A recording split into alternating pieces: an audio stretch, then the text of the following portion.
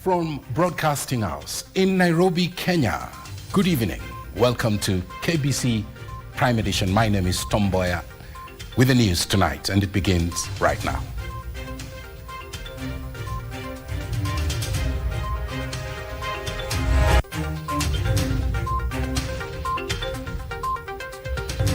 Two people die in Garissa flash floods as Parliament pushes for the declaration of the ongoing floods as a national disaster. President Ruto calls for a mutually beneficial relationship between Europe and Africa in his address to the European Union Parliament in France. Waiting for Godot, the fate of the National Dialogue Committee report in limbo as parties face away from the dialogue table.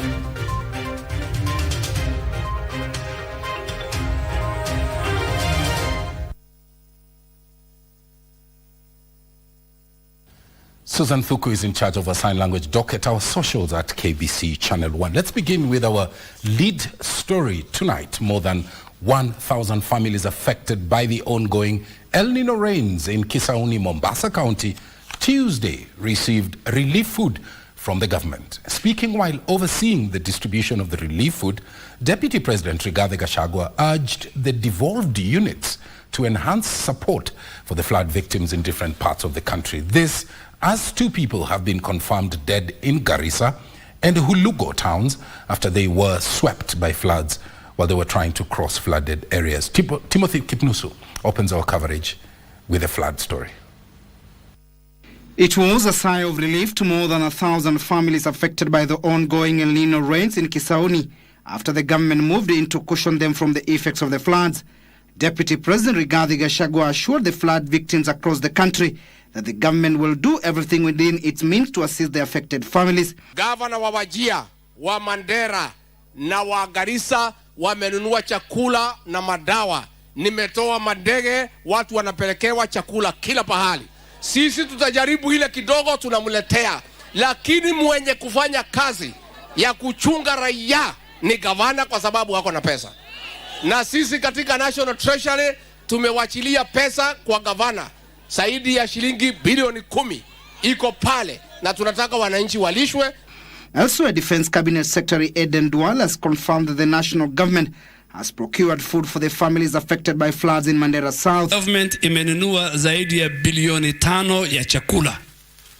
Magavana wamenunua madawa. Speaking after conducting visits to assess flood disaster impact in Mandera South, Duale, however, urged the Minister of Roads to address the dire state of roads in the northeastern region, where residents are facing considerable challenges.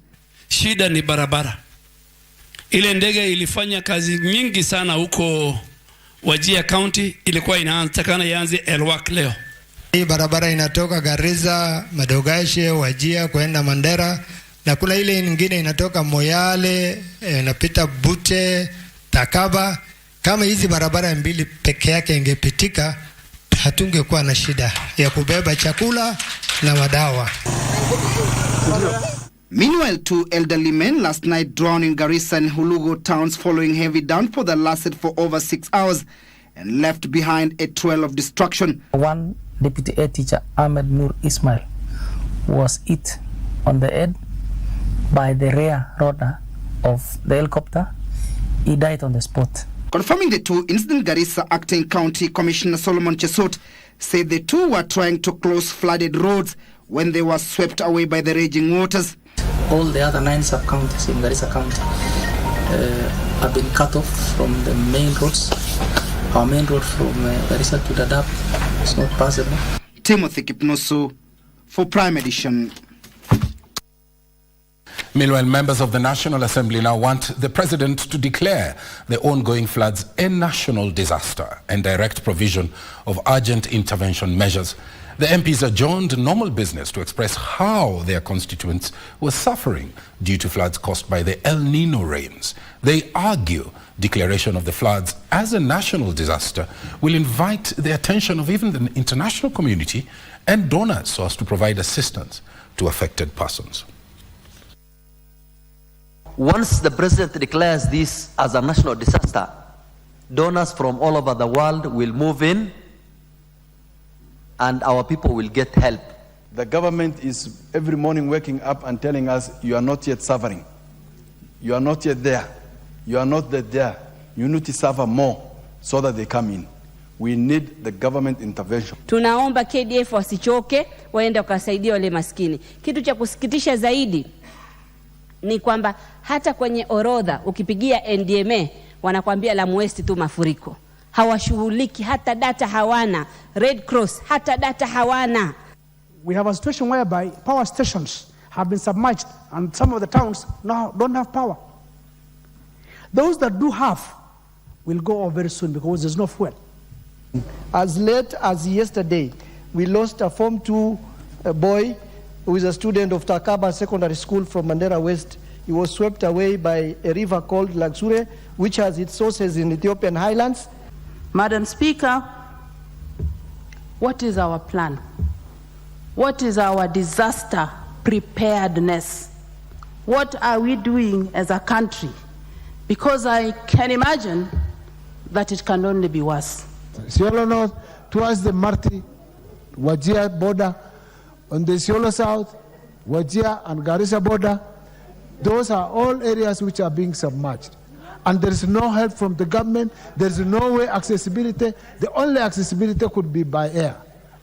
Moving from one point to the other in Wajir is impossible. For me, I cannot go around in my constituency. I cannot go to anywhere. I can only land in Wajir headquarters and just stay there. Let's cross over to Europe, where Kenyan President William Ruto has called for collaborative efforts between Europe and the continent of Africa in seeking solutions that are to work for all in achieving global climate goals. Ruto has called for the reassessment of long-standing assumptions and a rethink of perceived barriers. The president called for bold and strategic as well as decisive steps towards the structural shift required to fulfill the 2030 agenda required for sustainable development goals. President Ruto noted that Africa has the world's biggest untapped renewable energy, the youngest and the fastest growing workforce, as well as relevant natural resources that, if tapped into, can be used to offer carbon emission services around the world. President Ruto addressed a session of the EU Parliament in Strasbourg, that's in France, where he emphasized on the importance of EU-Kenya and EU-Africa cooperation. Climate Summit culminated in the Nairobi Declaration, which sets out the vision and a pathway for Africa to be a vital part of the global solution to the existential climate change challenge that we all face. The declaration captures the consensus of the African government leaders for climate-positive growth.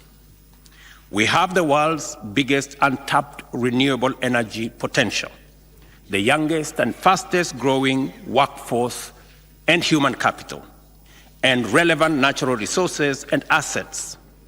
60%, for example, of the world's best solar potential is in Africa, as well as 60% of the remaining unused arable land in the world. These assets create an inherent ability for Africa to produce green from the start, cost-competitive products and services, and to provide some of the highest quality carbon removal services anywhere in the world. In the Nairobi Declaration, we committed to leaning forward in increasing the bar on quality and integrity on carbon and other relevant effects of this project. It will be that much easier to do so with the prospect of market access. In Kenya, the draft carbon markets regulation is in the final stage of finalization. And we believe that using this carbon credit instrument, we can create resources to not only expand our growth, but also decarbonize global growth. Europe is a significant investor and trade partner in Africa, a relationship that has been fruitful over the years. Our collaborative efforts have helped generate millions of jobs and enhance livelihoods across the continent.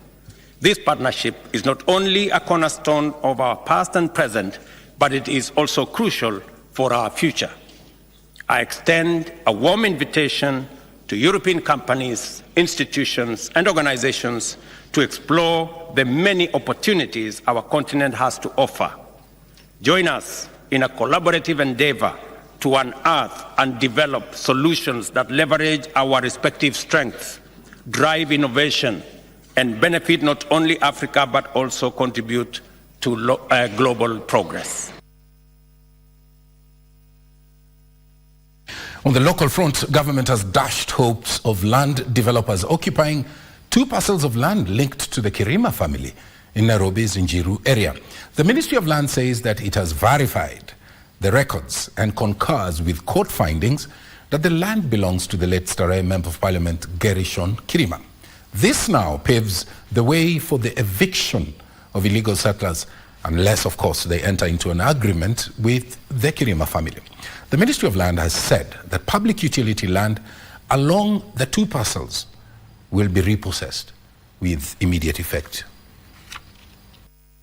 A court ruling issued on the 23rd of October 2023 was the beginning of what could befall thousands of settlers in 2 parcels of land in Njiru, Kasarani constituency, linked to the Kirima family.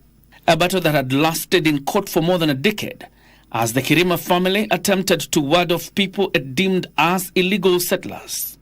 The Ministry of Lands says it has verified the land documents from the original owner of the 2 parcels of land and the subsequent transfer over the years to the Kirima family, and is now up to the settlers to negotiate with the family to avoid evictions. I want to say that the government will not be involved in settling those issues between the family and any claimant or any person on that land. They will deal with the family and the court. CS Ali Swahome says the government is only keen in recovering public utility land in the hands of grabbers along the 2 pieces of land. All public utilities are public utilities, and anyone who has encroached on public utilities ought to surrender the public utilities. And I think we don't want to go to what happened in Portland. Believe me, we will not let you torture another Kenyan for 20 years in court. We will battle with you before you battle with the person you are stealing the land from. Wahome warned members of the public to be wary of fraudsters seeking to stall the impending recovery of the land by the Kirima family. On the ground, there are members of the public who continue to fall into the traps of people who are still masquerading or calling themselves owners. Whatever proprietary interests they have, we do not have those proprietary interests in our records. A section of settlers are already in negotiation with the family and are appealing to the government to streamline the title deed regularization process as they rush to beat the eviction deadline.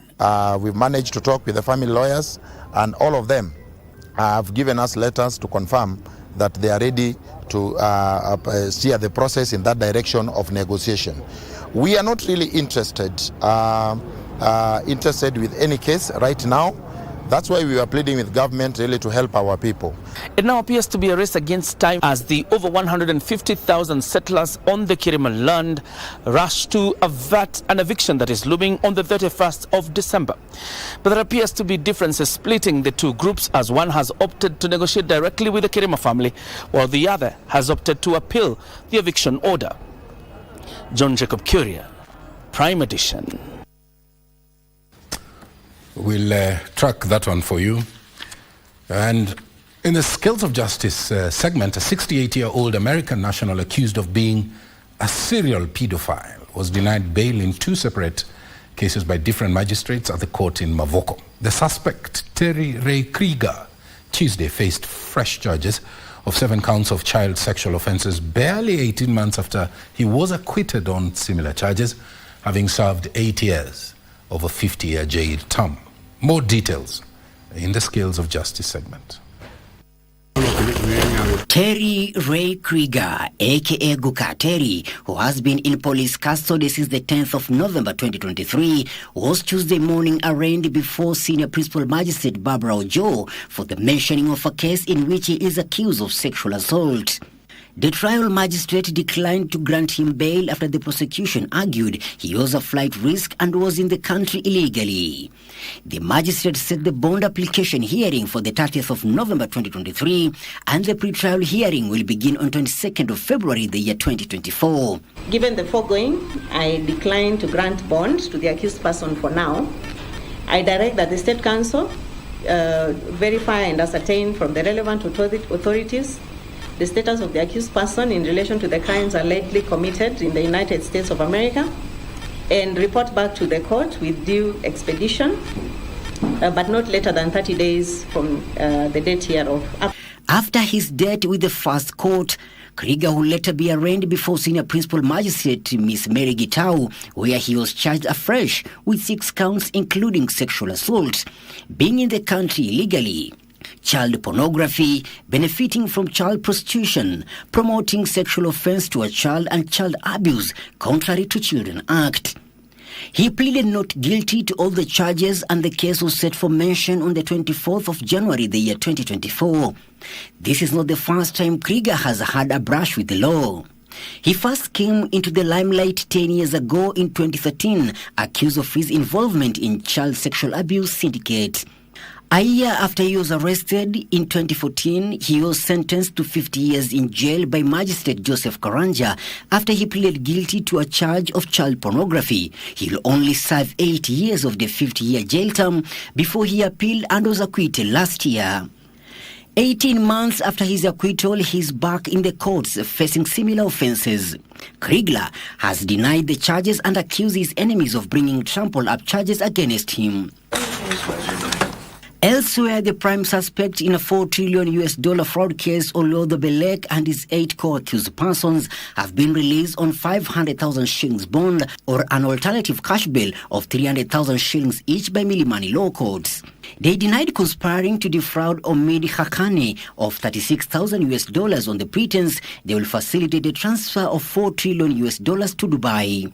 Finally, 4 suspects in a murder case have walked to freedom after the Court of Appeal quashed their conviction for the offense and set aside 12 years jail time. According to the particulars of the offense, Samson Mboga Movingi, Elam Anjaka Momodo, Ezekiel Mwakiomboga, and Simon Mwakina Mombanga and others not before court were alleged to have murdered Humphrey Kimbio on 6th of February 2013 at Sagala area in Taita Taveta County. Michael Moniga for Prime Edition. Well, as Krieger faces fresh charges of child sexual offenses, there is a report here that is indicating that the country has witnessed a reduction of the number of violence against children cases by 24% in the last 15 years. That's according to a survey conducted by the Directorate of Children's Service, and that covered a period between 2010 and 2019. Now, the fate of the report by the bipartisan team appears to be in limbo, with the Wiper Party, a constituent party of the Azimio la Umoja coalition, saying that there will be no report if the question of the cost of living is not addressed. Speaking in Nairobi, Azimio allied lawmakers said that the priority of the nation is to address the rising cost of living, and submitting a report that lacks proposals on the same is akin to taking Kenyans for a ride. This as government faulted the opposition for playing politics, maintaining that they would not compromise on the key issues in the report. With the 30-day deadline extension for the bipartisan committee team to submit its report, the fate of the report appears to have hit headwinds, with the opposition intimidating that they will not sign the report if the matter of the cost of living is not adequately addressed. On Tuesday, a section of lawmakers allied to Wiper Party joined the fray, expressing similar calls. Bipartisan talks with no question the omission, and also our main agenda, of which, if we are not going to agree, it will never take that talks anywhere. It is the main agenda, is the cost of living for Kenyans. Housing thing is a fallacy. So what we are expecting the bipartisan people to do, number one, to reduce the cost of living means you must amend the Finance Act according to the demands of Kenyans. And then you begin to address cost of living. All the levies and the taxes which have been done illegally through fraud in the National Assembly must be reversed. At the same time, the leaders called on relevant government agencies to make public of the details of government-to-government oil deal. All the agencies which are supposed to deal with getting to the bottom line of this issue must move with speed and tell Kenyans, are we going to see the cost of oil coming down? Are you going to tell us who is G2G? Are you going to tell us who received the fuel? Are you going to tell us where the fuel is? The so-called G2G we have discovered is more expensive than the world market for oil because of commissions, budgeted corruption, skewed corruption, and a few people making themselves rich. At the same time, Kenya Kwanza allied lawmakers have faulted the Azimio team for allegedly playing to the public gallery, saying their push to have the housing levy dropped will not be allowed. Lakini kwa sababu wanataka tu kufanya siasa na kuongea maneno ambayo isaidi nchi ya Kenya ati wanatuambia watoe. Let me announce to the country from straight here in Bomet, the same way they are telling us that they are deal breakers. Hata hii yetu kwa mambo ya housing levy, that one is a deal breaker. During the retreat to finalize on the report, the two factions disagreed on the issue of the cost of living, a situation that may lead to the collapse of the talks if a report is not agreed upon before the deadline lapses. It is now a game of wait and see what is next for the brewing political showdown. For Prime Edition, I'm Gladys Mungai. This report brings us to our first break. We are just taking a short break. We'll be back. Do stay with us.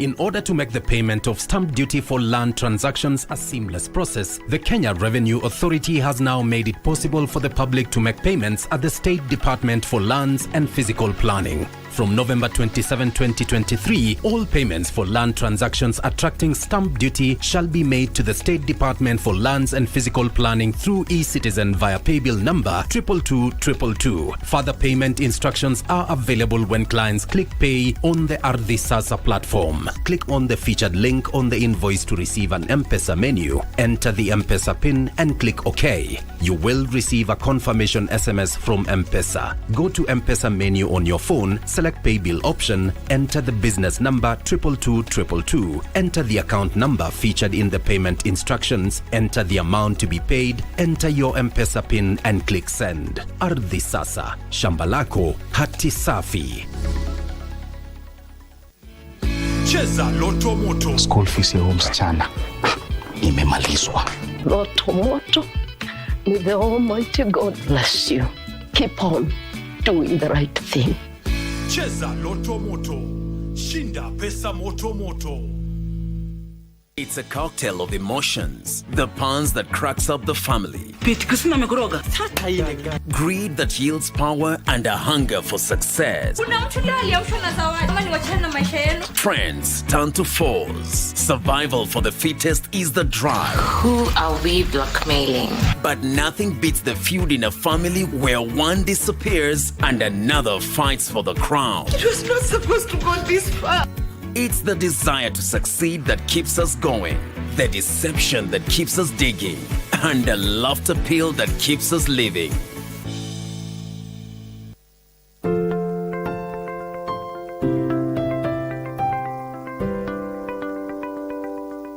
In a world filled with uncertainty, there is one thing we can always count on: the power of compassion and generosity.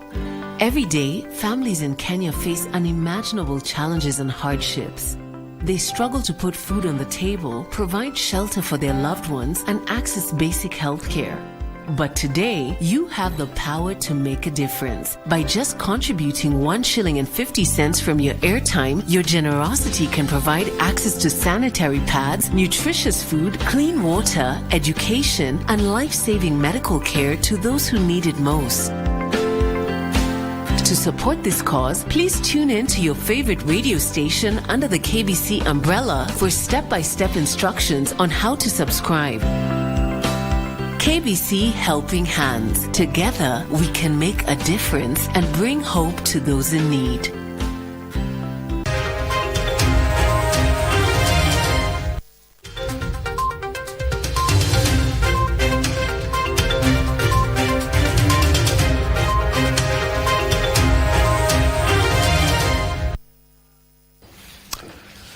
Welcome back. Remember that at the tail end of this live broadcast, your weekly program, The Scorecard, and tonight's topic of conversation is on road safety, and it's going to be based on an NTSA report. You don't want to miss that.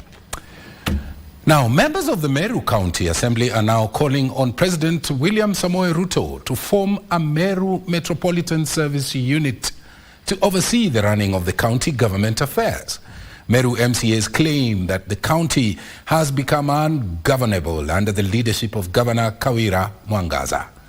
Speaking outside the county assembly chambers after receiving a petition from members of the public seeking to ouster 12 county government officials over alleged incompetence, the MCAs also dared the governor to dissolve the county, saying that they're not afraid of seeking a fresh mandate from the electorate. The MCAs further claimed that the governor has failed to reconcile aggrieved parties to allow for the smooth running of the county affairs.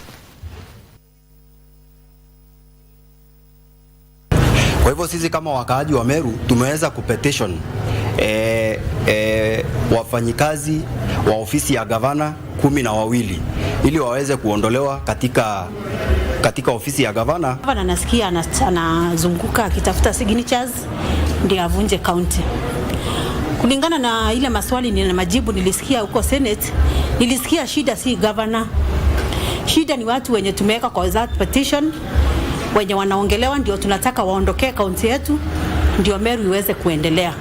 Commission ile Meru Metropolitan Service iweze kuwa ikiendeleza kazi ya Meru. Governor na yeye aendeleze maneno ya kukusanya sahihi za kumpeleka nyumbani. Governor decided to take a different route.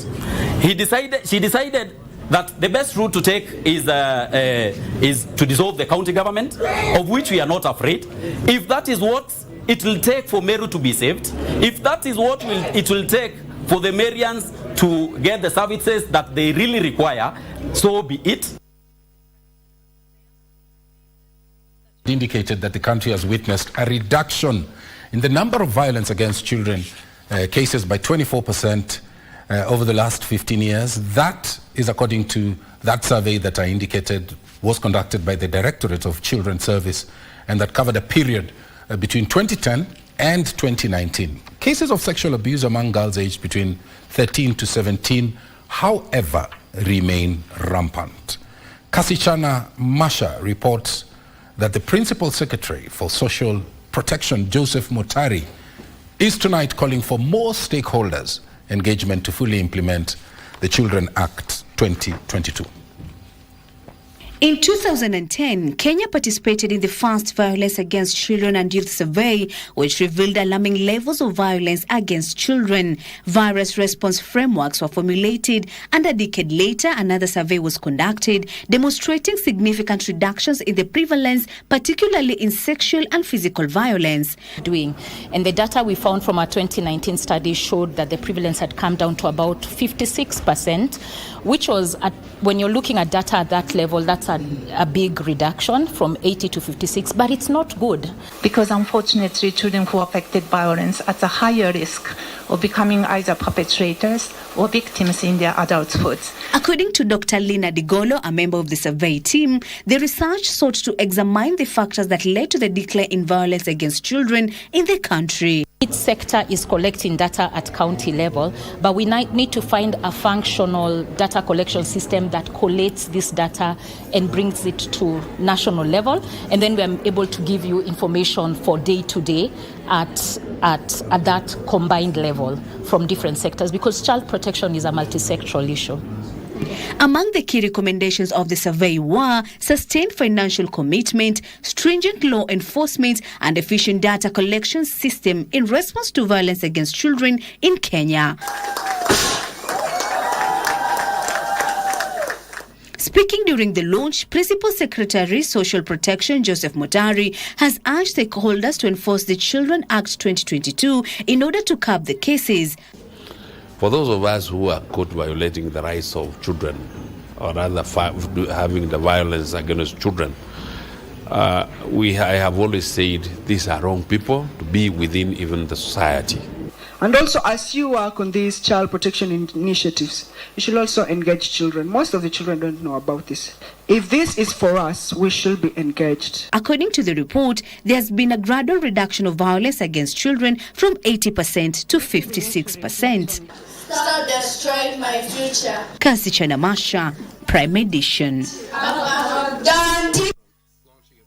Now, the Ethics and Anti-Corruption Commission has repossessed 2 prime parcels of government land in Mombasa County believed to have been grabbed. The parcels include a 2.5-acre parcel in Buxton belonging to the Ministry of Housing and an 8-acre plot in Shanzu owned by Coast Water Works Development Agency. According to EACC Chief Executive Officer Twalib Mbarak, both parcels, with an estimated value of 865 million shillings, were reclaimed through litigation and alternative dispute resolution mechanisms, or ADR, if you like. Anti-Corruption Commission CEO Twalib Mbarak, Mombasa Governor Abdul Swamad Nasir, and government officials toured the reclaimed 2.5-acre piece of land worth £500 million shillings belonging to the Ministry of Housing at Buxton and an 8-acre piece of land valued at 365 million shillings, which had fallen into the hands of individuals involved in alleged illegal land acquisitions. This plot was grabbed under 3 entities subdivided into 3 parcels. The documents that were used to acquire this parcel of land, the documents and the transaction was nothing but forgery. It was here that Twalib reiterated EACC's commitment to fighting corruption and ensuring unlawful acquired public properties are returned. EACC will partner with all government agencies to try to recover land that was fraudulently acquired in the late 80s, the early 90s, through dubious transactions, documentation, and the involvement of public officers. An advice to me and advice to those who are in other positions, whether they're my seniors or my juniors, advice is be careful of what you do. Always remember that it will always catch up. Will always catch up. Twalib further highlighted the ongoing efforts by Anti-Graft Agency to reclaim additional government lands, among them 5 parcels of land heaved off from the Kenya Broadcasting Corporation, estimated at 150 million shillings. Government houses for civil servants belonging to Kenya Revenue Authority. We have also filed that one with a current market value of about 360 million. And we also have 5 parcels of land, Your Excellency, from the Kenya Broadcasting Corporation, that is KBC, worth about 150 million. Currently, the Commission is pursuing over 100,000 cases in court to recover grabbed public properties estimated at 10 billion shillings within Mombasa County. Deputy President Rigathi Gachagua has called on the Ethics and Anti-Corruption Commission, EACC, and other security agencies to hire civilian professionals like accountants and bankers to investigate financial crimes instead of police officers. Addressing members of the Institute of Certified Public Accountants, Kenya, in Mombasa during their 40th annual seminar, the Deputy President said that EACC and the DCI should hire professionals from different fields instead of engaging officers to investigate complex matters. He at the same time welcomed the request by the Institute of Certified Public Accountants to advise the government on public debt management. You to deal with corruption and economic crimes, hire professionals in every field as your investigators. Have accountants, have procurement officers, have bankers, have all sorts of professionals for you to deal conclusively with economic crimes, because they are complex. Our participation, therefore, in such seminars and high-level meetings is not merely ceremonial. We are making a serious statement that we are partners in public service. It is an invitation to work with us in cultivating in nurturing transparency and accountability in service delivery. And most importantly, implementation of the Kenya Kwanza plan through the bottom-up economic transformation agenda. We must build this experience and coordinate to build a broader ecosystem of actors working together to fight corruption on a global scale.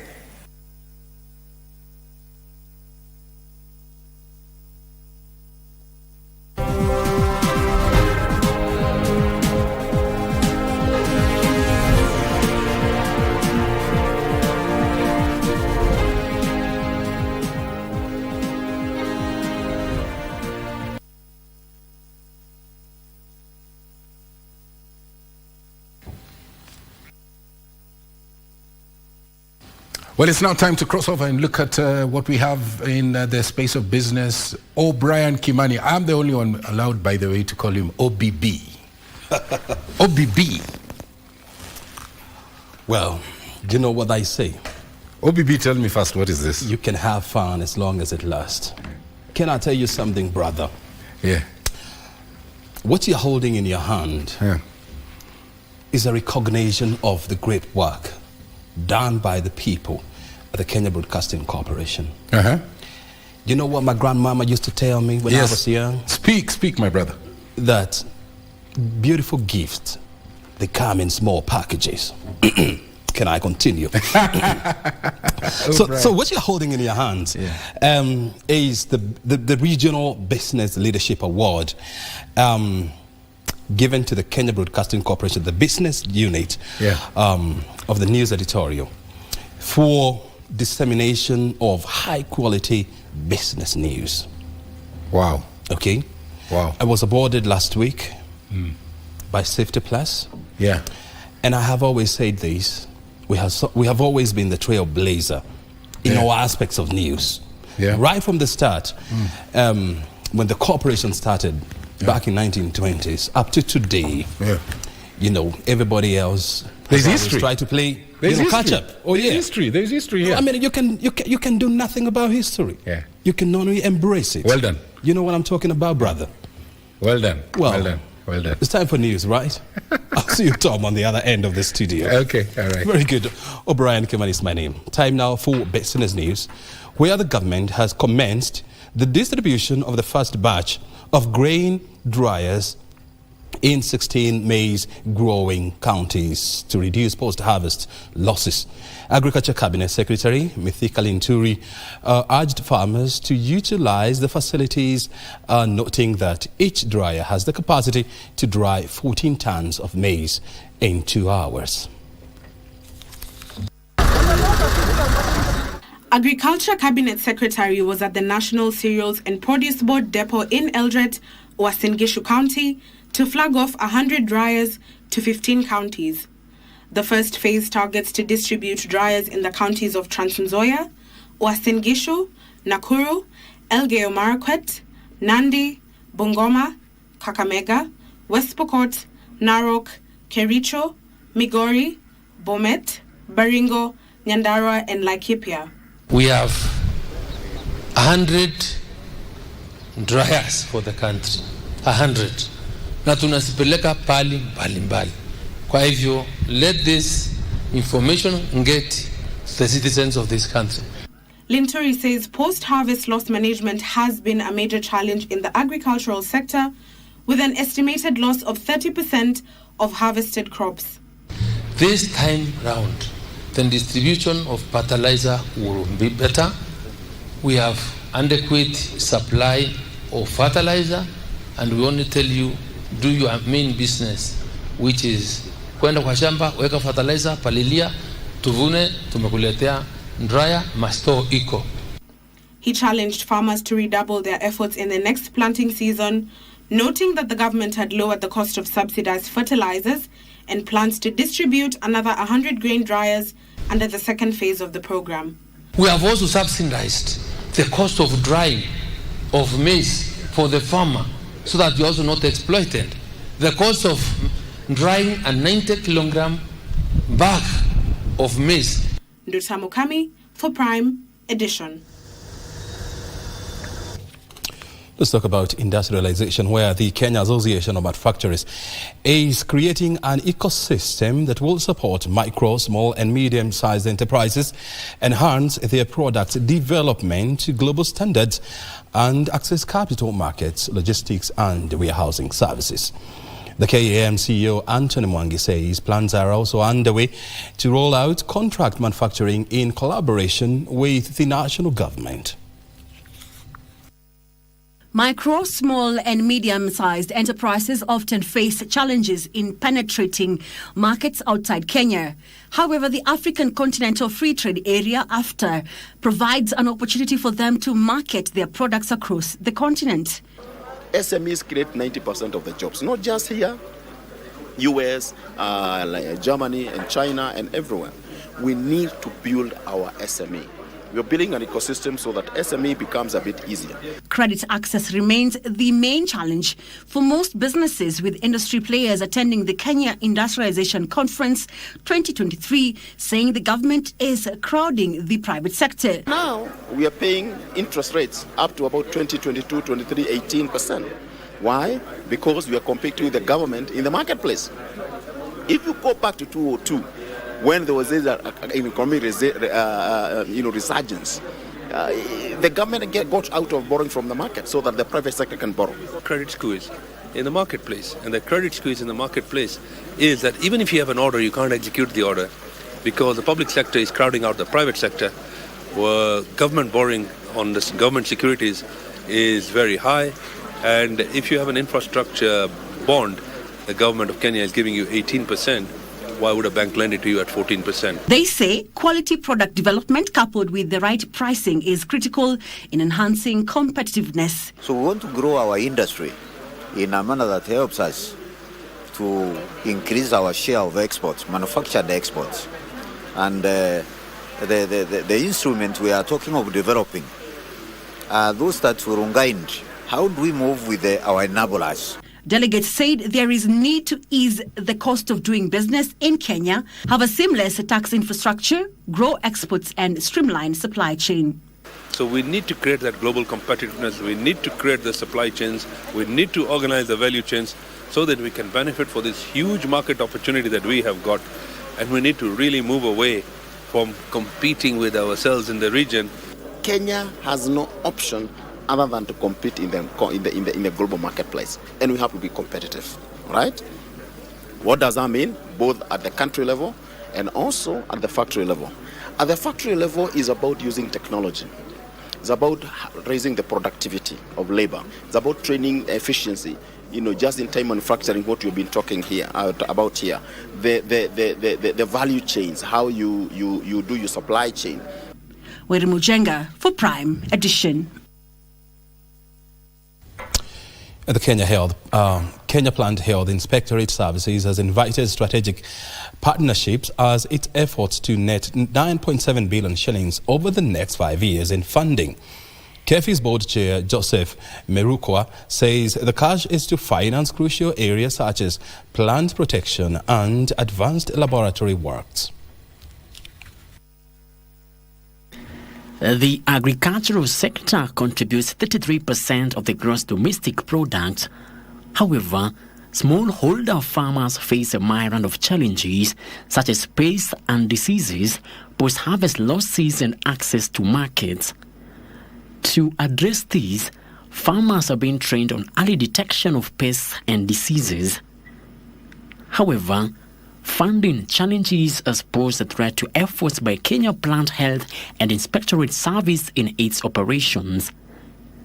KEFI's officials say the institution needs 9.7 billion shillings over the next 5 years to finance its operations. We are going to up the issue of private-public partnership, which will be able to synergize our strength with the other development partners to be able to realize our strategic goals. Alone, we might not be able to do much without the assistance of our stakeholders, so it is very important to have that collaboration. Those in the agriculture sector believe the approach is needed to enhance Kenya's capacity to detect and combat plant diseases, ultimately safeguarding the agricultural backbone of the nation. Our next proposal is also looking at, within this proposal, how do we take our services closer to the people?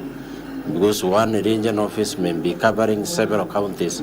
So we're also looking at, during this strategic period, how effective are we able to reach to the farmer? Frederick Mokifu Prime Edition. On to the port of Mombasa, where plans to concession the port have been backed with supporters, noting that the process is a strategic move to attract private sector investment, encourage technological advancement and improve overall service delivery. However, legislators at the coast are calling for a more inclusive process before finalization of the deal. Bandari ni sehemu ambayo inaingiza fedha, haingizi hasara. Kwa nini wamekuwa na fikra ya kutaka kuipeana? Na vipi hili ni shamba ambalo tunalitegemea hapa Mombasa sana na pwani kwa jumla? Vijana wetu wako barabarani, vipi watafaidika kuingia hapa katika bandari kuweza kupata riziki zao kama vile zamani? Concern number one is about our people and the employees of Kenya Ports Authority. The issue of will that proposal guarantee that no individual worker will lose their job in here? And number two, whether it will guarantee that the people of the coast region will continue being part and parcel of this great resource. And then, of course, the issues around the business case. We are asking ourselves, KPA, as it is today, has been making money. It's a profitable venture. It's one of those parastatals Kenyans are proud and happy about them. But then we're asking, why KPA? You know, why privatize, why concessionalize?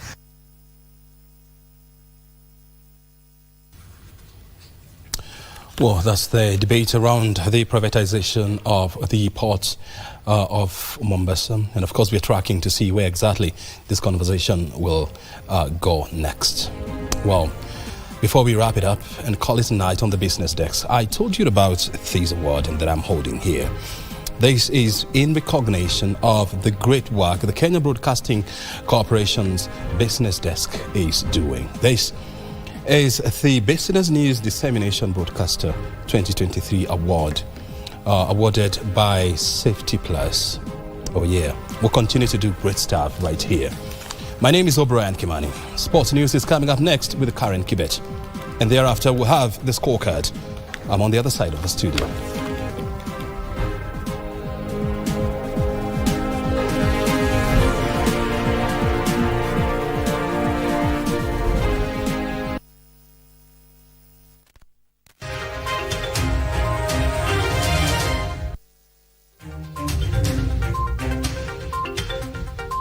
Mchezaji wa Loto Moto. Mungu awabariki sana. Ni wengi wanakushukuru bila hata wewe kufahamu. Niliona Mungu wa ajabu ameshuka. Ni wengi wanaokuaminia. Imejaa, imebaki, yani I'm just happy. Ni wengi wanaokuombea ushindi. Hawa ndio niachiwe na mama yao wakati aligojeka kwa muda. Ni wengi unaowagusa kwa kuwapa afueni na imani ya maisha. Asante na Mungu akubariki pia. Ni wengi unawatembelea. Through hii program ndo tunajua vitu zingine. Na imani yako inawapa amani. Akaaga juu ya kansa. Ushindi wako ni wa wengi. Roma niendanga, Roma. Asante mchezaji wa Loto Moto. KBC Channel 1 magazine programs strive to disseminate news and information. Welcome to happening in the world of entertainment and achievements of individuals navigating through life. Be part of the intelligent conversation. Papa KBC Channel 1. Related to the interest of Kenyan public on various subjects of national importance. Basi karibu tujifunze. Keeping you up to date with the latest tech news, challenges and remarkable stories of individuals with disabilities. And you have a say. Our magazine programs empower communities with words for conversations and a common language to approach the world. For your infotainment needs, we have a great range of programs.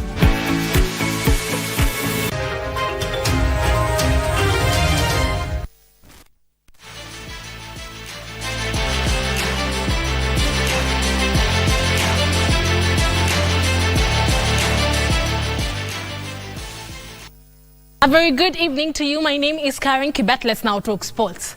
Harambee Stars head coach Engin Firat says his team is strongly in the race to qualify for the 2026 World Cup finals after his team thrashed Seychelles 5-0 in their second qualifier match played last night in Abidjan, Cote d'Ivoire. Michael Olunga scored a brace while Masud Juma, Ronly Onyango and Benson Omala scored one each as Harambee Stars thumped a jaded Seychelles 5-0 last night in Abidjan, Ivory Coast. Engin Firat's side squandered the lead against Gabon in Franceville last week to lose 2-1 in their Group F opener, but they gave an emphatic response by scoring 3 goals in the first half before adding another 2 in the second 45 minutes. The Harambee Stars move up to the 3rd place, 3 points behind Ivory Coast and the Panthers, with the Pirates bringing up the rear after shipping 14 goals in their first 2 matches. The visitors got off the best possible start when Michael Olunga pounced on a poor pass from the opposite defense to slot his shot past Carlos Simeon in the 3rd minute. Olunga was celebrating again just 3 minutes later as Seychelles failed to clear the lines and the striker beat Simeon at the second attempt after the goalkeeper saved his initial effort. Join Abuile for Prime Edition. The National Olympic Committee of Kenya, NOC, is planning to send a selected team of Kenyan athletes to pre-Olympic training camps in southern France to boost Kenya's medal prospects in next year's Paris Olympic Games. NOC President Dr. Paul Tergrat, who was speaking at the second National Athletes Forum, said they intend to field more sports to raise Kenya's stakes at the quadrennial games. National Athletes Forum began today with the National Olympics Committee of Kenya, bringing Kenyan athletes across all sporting disciplines for the 2-day event. The forum also seeks to create a culture of free expression among athletes and open up on issues affecting them. There are over 100 athletes from NOC affiliates in attendance at the forum. As your President of the National Olympic Committee, we want to create an enabling environment for our sportsmen and women who are our rare gem that we have as a nation. Among key issues being discussed include safeguarding athletes with the aim of ensuring athletes' views are central to decision-making. Financial management is also a topic of interest as it will enhance athletes' ability to manage their own finances. The doping nuisance will also be addressed as part of upholding and practicing a clean sport with integrity. The national team left the country in the African Aquatic Rally. The event brings together 7 teams, including Kenya, Uganda, Tanzania,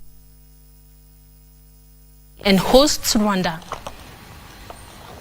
The national swimming team left the country early today for Rwanda, where they will take part in the African Aquatic Zone 3 Championship. Head coach Peter Mwangangi said that his team has trained well and are in high spirit ahead of the event. I have enough confidence that my team is going to do very well.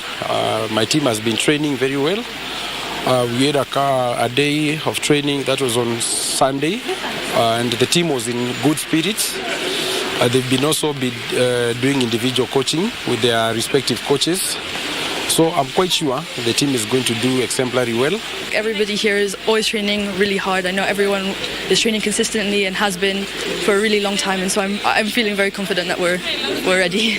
The team will face Uganda, Tanzania, South Africa, Zambia, Eswatini and hosts Rwanda. Team Kenya finished 3rd in the previous event held in Tanzania. Kenya will also take part in African Junior Championships set to take place between 3rd and 6th December in Mauritius and the World Swimming Championships set for February next year in Doha.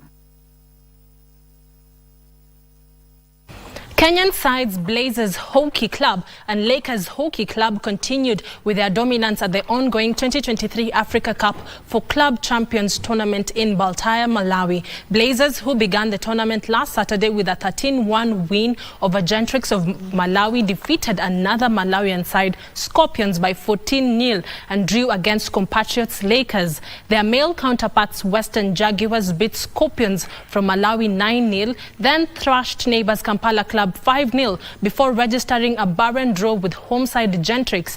Lakers has 8 points having played 4 matches. They hammered Capital Braves 15-0 and piped Scorpions 12-0, both teams from Malawi. They have registered 2 draws of 2-2 against the Ghana Revenue Authority and 0-0 against their counterparts Blazers on Sunday. Western Jaguars has tough matches ahead against Shakia of Egypt, Police Machines from Nigeria and Parachute Battalion in the 10-day tournament in Blantyre, Malawi.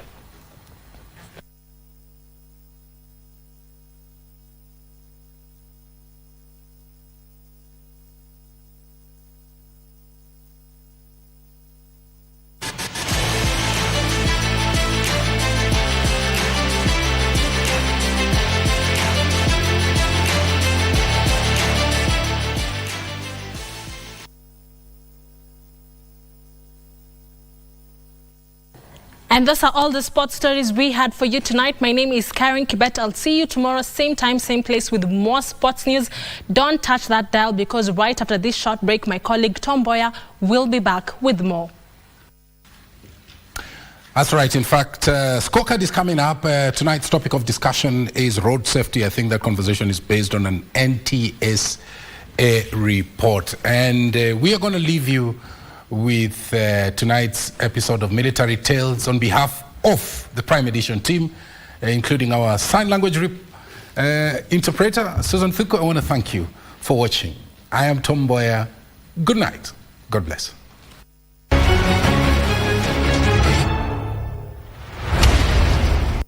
We travel to Nembure, Embu County to meet one retired warrant officer, Simon Njoe Getegwa.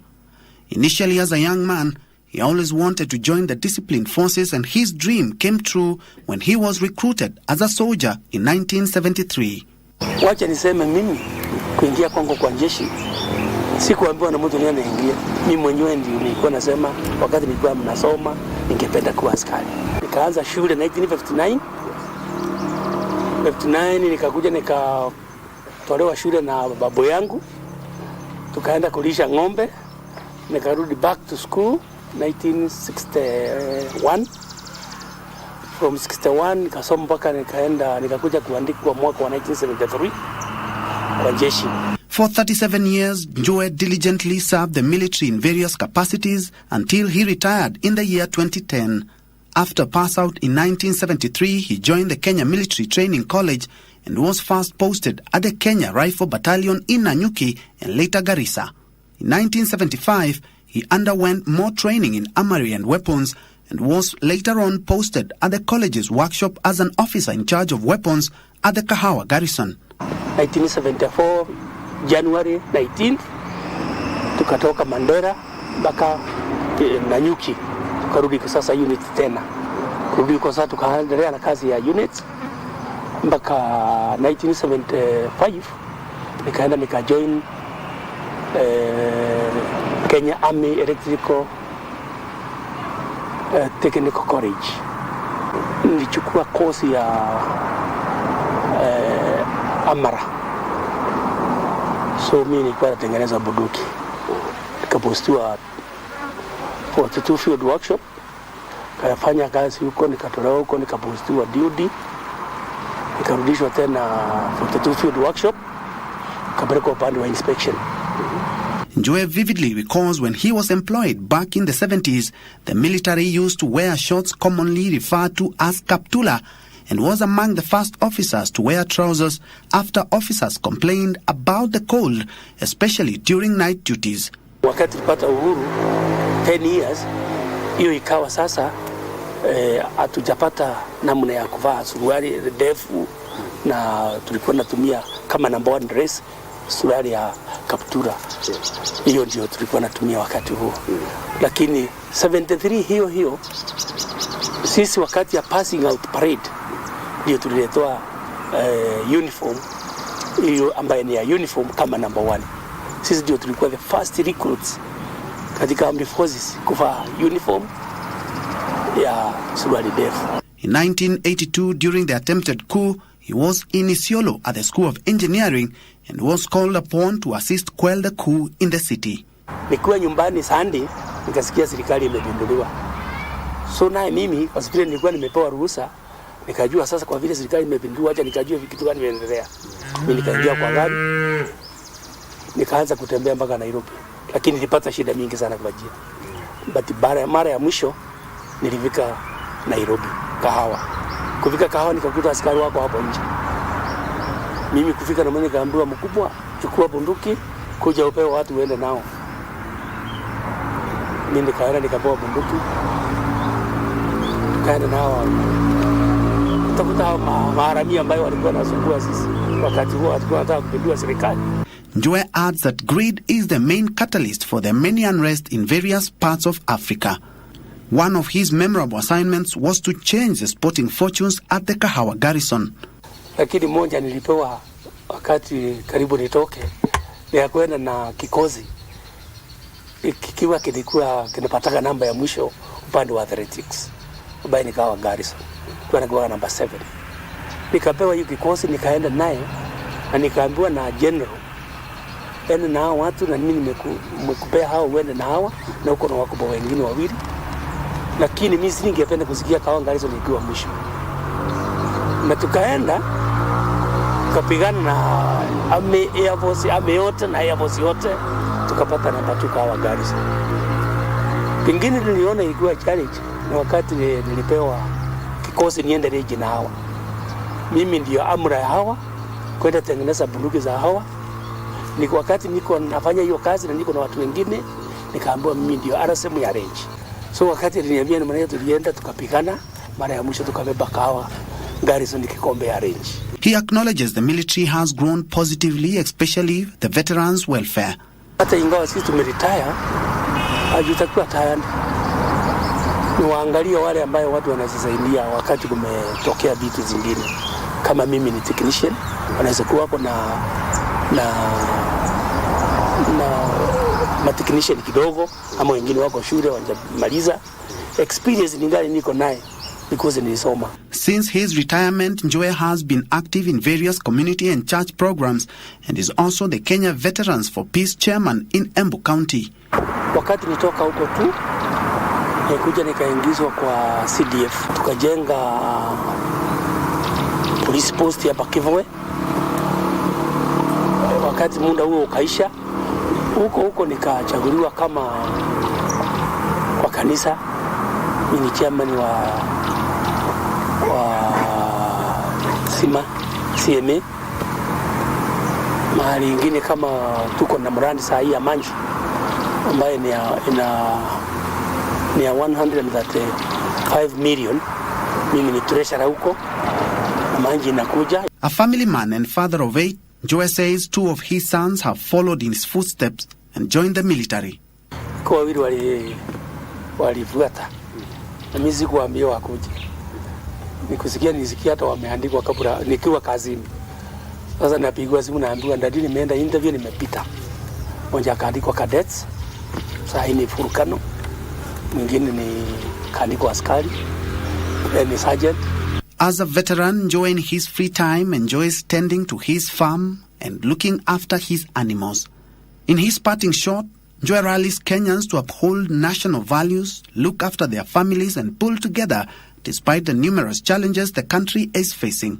Mtu afanye kazi, na bila kufanya kazi na mkono yako na akili zako utalala njaa.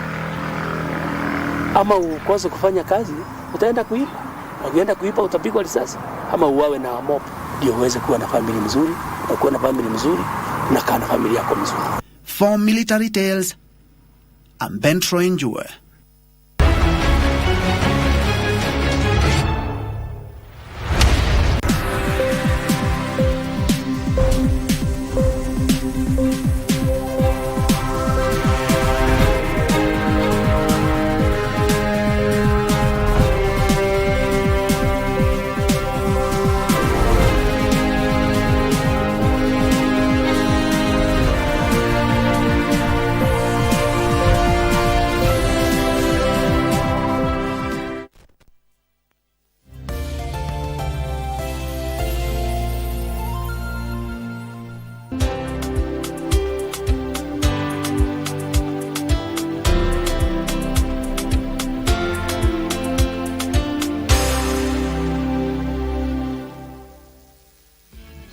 Cheza Loto Moto. We've gone ahead tukamaliza pia school fees ya your other kid. Thank you God. Asante sana Loto Moto. Cheza Loto Moto. Shinda pesa moto moto.